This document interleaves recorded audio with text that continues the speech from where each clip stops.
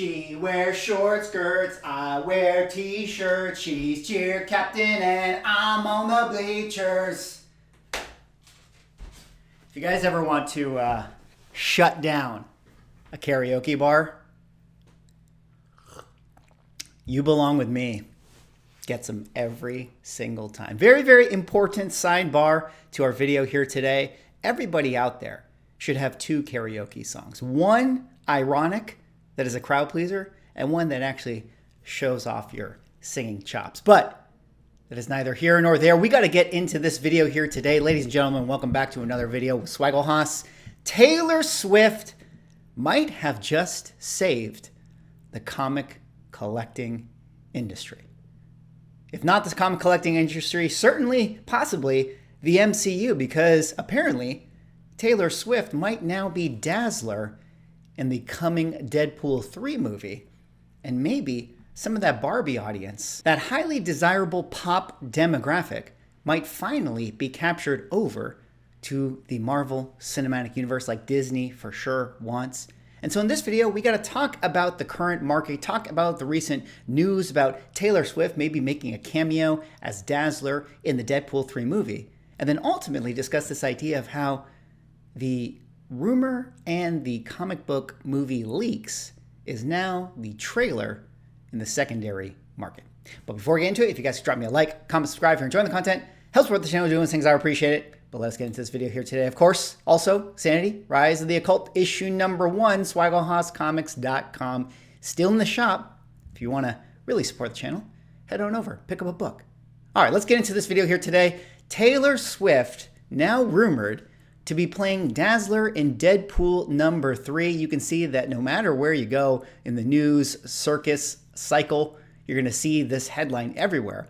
And this is one that frankly makes a lot of sense to me as far as the potential of it. Number one, this being a Ryan Reynolds choice. Obviously, you can feel the irony in it right here. You can feel the jokes that are to come from this one. So it really does make a lot of sense. And then number two, this has always been something that, we've talked about every time I show off X-Men number 130 and talk about DAZZLER and what Disney would want as far as audience capture. The potential for her to, do some kind of album song tie-in thing is absolutely massive, is absolutely huge. And if we're seeing the demographic and how successful Barbie is right now at the box office, Disney is going to want to make that happen. And have you seen the prices for Taylor Swift concert tickets?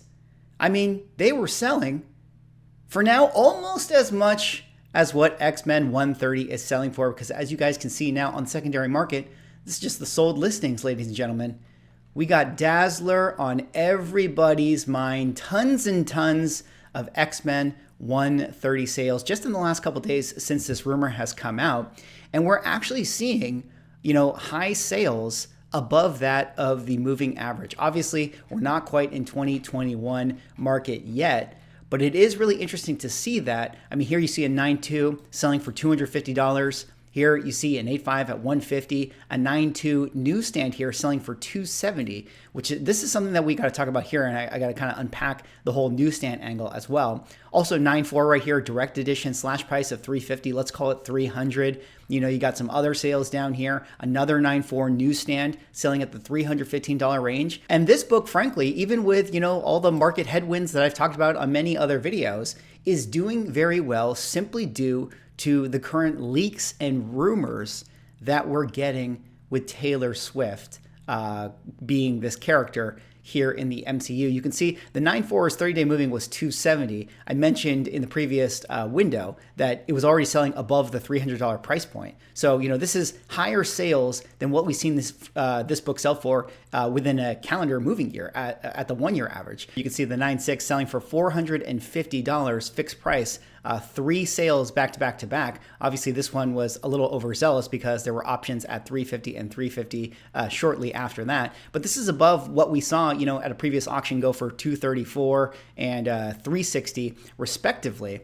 And this is also a very interesting book, particularly at the 9.8 grade, because it is an all black cover. Even though this is 1980, there's still a lot out there. Only 7.7% actually make it to the 9.8 level because of the all black cover. But in my opinion, this is still a book you got to be a little bit careful on. We see FOMO buy come in right here at 1550. But remember, in 2020, if we're thinking about our index and the values and things like that, I mean, this book was a $850 book. I mean, prior to that, it was around $700, say call it $800, mid 2020.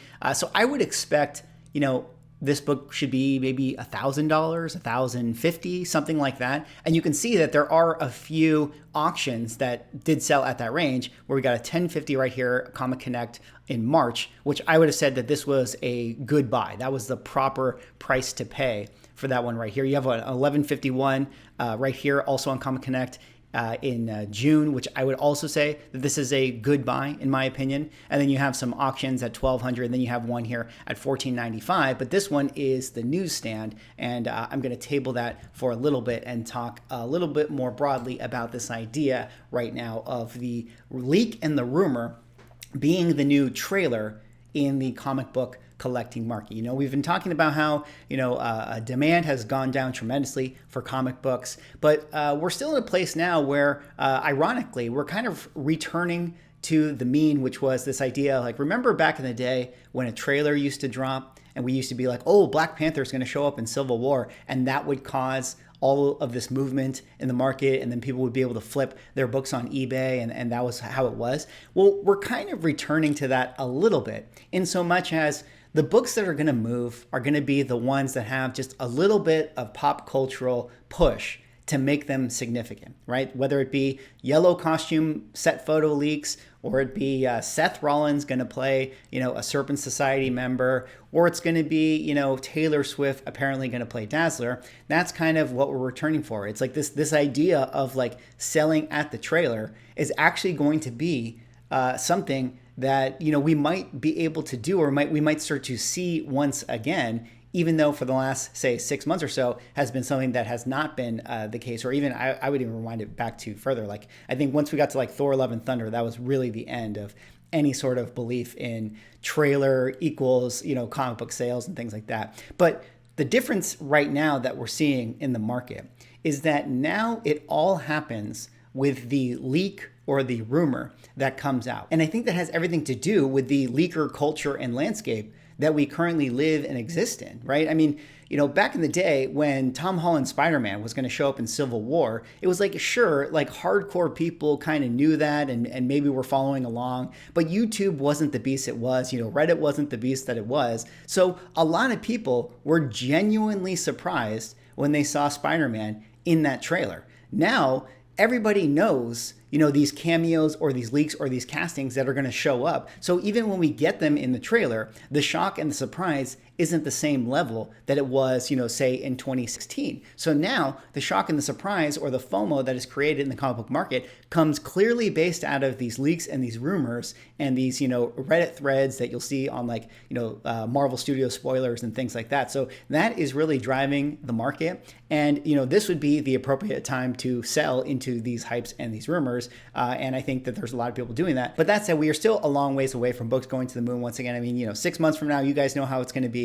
Until we actually get the Deadpool movie, this book is going to correct back down to whatever, the floor value for this book should be. I mean, we already kind of saw it with like the yellow costume set photo leaks when everyone was losing their mind. I mean, like nobody is buying up, Marvel Comics Presents 95 anymore. It's already sort of reset back down to normal. So I do think that, again, this is going to reset as well. It's just sort of the cycle that we exist in. And also, the whole side conversation about, Marvel and MCU and all this stuff. Yeah, they have a long way to go before they actually end up, improving this stuff and correcting and righting the ship. I mean, we're still in the strike. Who knows if Deadpool's going to come out? Last little thing I wanted to quickly talk about, which is this idea of, the rumor now being the trailer, is this rumor that came out about Fantastic Four's villain is going to be Galactus. Now, this is something that, everybody certainly was speculating on, that this could definitely be a possibility. And there's been rumors, but, the rumors have really, really ramped up recently to where you're seeing it in a lot of the trades and things like that. And I just wanted to point out one particular sale, an 8.5 went on auction just the other day. And this one was one that I noticed because I was actually considering picking this up. I'm definitely in the market for an FF49. And you can see that this auction finished at $39.60. And this is coming off of, kind of this leaker rumor news thing, whatever. And I would say that this $39.60 price, this purchase, was very, very aggressive, in my opinion. I think that that was a little too high. Remember, this book in 2020 was a $2,700 book, and that's on top of the Fox inflate that these books saw in 2018 and 2019, which is another video topic I want to discuss eventually. All the Fox properties getting artificially inflated when Disney announced that they were going to be coming, but maybe they were undervalued for a long time. Hard to really say. But anyways, this is a book that I think should really be more at the $3,000 mark. You can see the previous Heritage auction before this in June, was actually $3,200, and then it jumped all the way up to $3,900. Again, this has a lot to do with the rumors effectively being like a trailer release for Galactus, and that is why we saw an increase in that auction price. Anyways, that's all I got for this video. That was me sort of talking about the news of Taylor Swift being Dazzler in the MCU. This could be really interesting. I mean, it could be a huge demographic audience pickup for them. I think that Dazzler is a character that's probably smart for Disney to use in terms of the crossover appeal. Obviously, this is going to be a quick one. Taylor Swift is not going to do a 10-year run as Dazzler. This is going to be a quick cameo and a joke in a Ryan Reynolds movie, but it is moving X-Men 130 quite a bit. Anyways, that's all I got for this video. What do you guys think about the rumors now being the trailer in the comic book collecting market? I think that is certainly the case. Anyways, like, comment, subscribe. See you on the next video.